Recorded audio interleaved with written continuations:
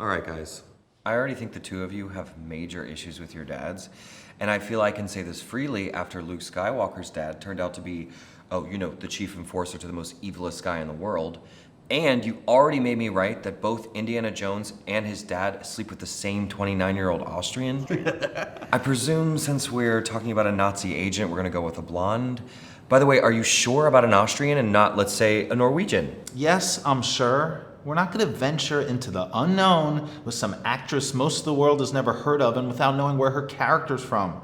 We decided to go with Nazis again in this film because people got mad at me for using Indians in the last, so yes. She's Austrian. It's the German version of Elizabeth, for goodness sake.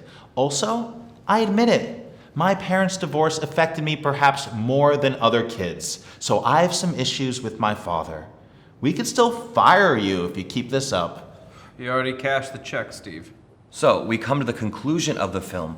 Dr. Schneider greedily takes the Grail over the porpoise. Seal, man! You know, like the thing in front of and in back of Reagan when he stands in the podium? We already have enough gags and jokes in this picture. Where in the deserts of Jordan are you gonna find an animal seal, being that we're not in a zoo or aquarium?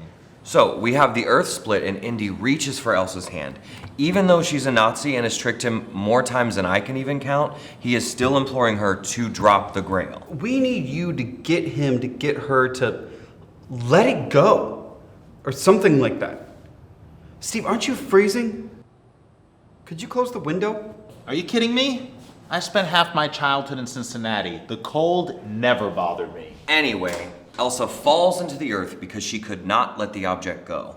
Then, Henry Sr., even though his son is even closer to the object, an object that Sr. Jones has looked for all his life, he then tells his son to let it, that is the Holy Grail, go after Elsa could not let it go.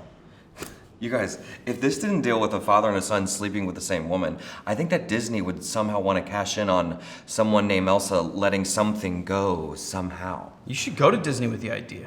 You know how I feel about big corporations, and they're the most corporate of corporate. Man, if they ever got a hold of one of my ideas, it'd be like a landlord, casino owner, and failed airline owner becoming president of the United States.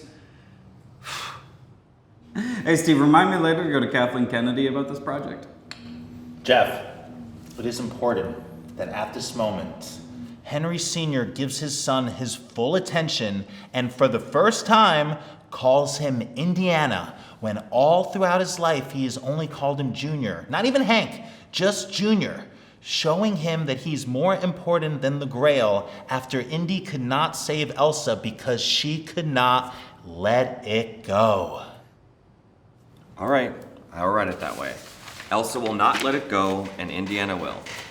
But, for the record, I still prefer the idea of casting Kevin Costner as Indiana's brother and scrapping the dad completely. It's too late for that. He's already heading out to Iowa in a couple months to film some baseball movie.